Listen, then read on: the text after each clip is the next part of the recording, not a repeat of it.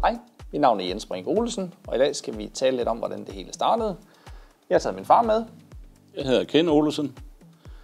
Og prøv lige at fortælle, hvornår du startede i bilbranchen. Det er helt tilbage midt i 70'erne som mekaniker.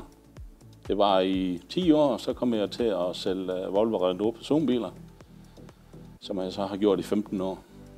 Og hvornår fik jeg lov til at komme med for første gang? Ja, men du var ikke ret stor, inden du var med ude og på job derude, og du havde en idé om at hver gang skulle kravle ind i bilerne, røre ved knapperne og dufte til dem, så ja. Jeg tror, det var der, at du fik starten på din bilsalg. Det kan være. Jeg kan i hvert fald huske duftene fra bilerne, fra værkstedet og fra salgsafdelingen, ikke mindst.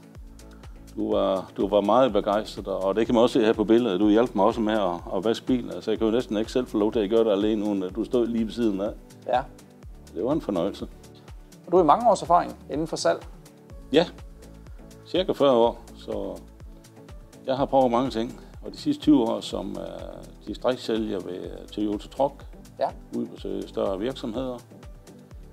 Og der troede du nok næsten, du skulle gå på pensionen? Det var der nok planen. Ja. Lige indtil en vis herre, han kom et eller andet ja. ud. Ja, for så kom vi jo med et tilbud herfra. Så ja. Det skal vi da have. Vi skal have dig med ind i familiefirmaet. Ja, der var jeg nødt til at skulle spille lidt, så vi lige kunne få fikset lidt med lønnen, inden vi... Ja, det blev i hvert fald ikke godkendt de første par kontrakter, der blev sendt afsted. Nej. Men det glæder mig rigtig meget at komme med her. Jeg synes, det er så spændende. Ja, det er godt. Altså bare det at komme ud og besøge forhandlere i dag, altså man er virkelig modtaget med velhånd, når man kommer ud. Altså de kan se konceptet i det, vi kommer med, så det er dejligt. Ja. Hvordan er din erfaring inden for bilbranchen? Hvad oplever du? Det har altid været det europæiske bilmarked, jeg synes, der er rigtig spændende, og forskellen på markederne og de muligheder, det giver.